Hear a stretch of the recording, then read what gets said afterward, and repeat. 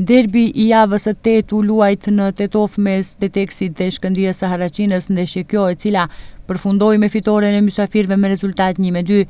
Të parët në përsi kaluan vendasit me golin e Aziz Jaminit, ndërsa Haraqinasit përmbytën rezultatin me 2 golat e Fikret Livorekës dhe nga Tetova u larguan me 3 pikë të mëdha. Ndeshjen në Tetov e përtollën mbi 1.000 tifoz, prej të cilëve gjysma ishin në anën e vendasve, ndërsa pjesa tjetër kishin ardhur nga Haraqina.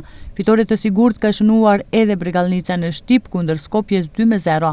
Pas javës së 8 tabelën e kryesojnë Bregalnica dhe Shkëndija me nga 20 pikë të grumbulluara. Rezultatet e javës së 8: Teteksi Shkëndija 1-2, Kamenica Sasa Prespa 3-0, Kozhufi Detonit Plashkovica 0-0, Novaci Ohri 0-1, Osogova Bellasica 3-1, Pobeda Sloga 3-0, Vardari Golemo Konjari 4-0 dhe Bregalnica Skopje 2-0.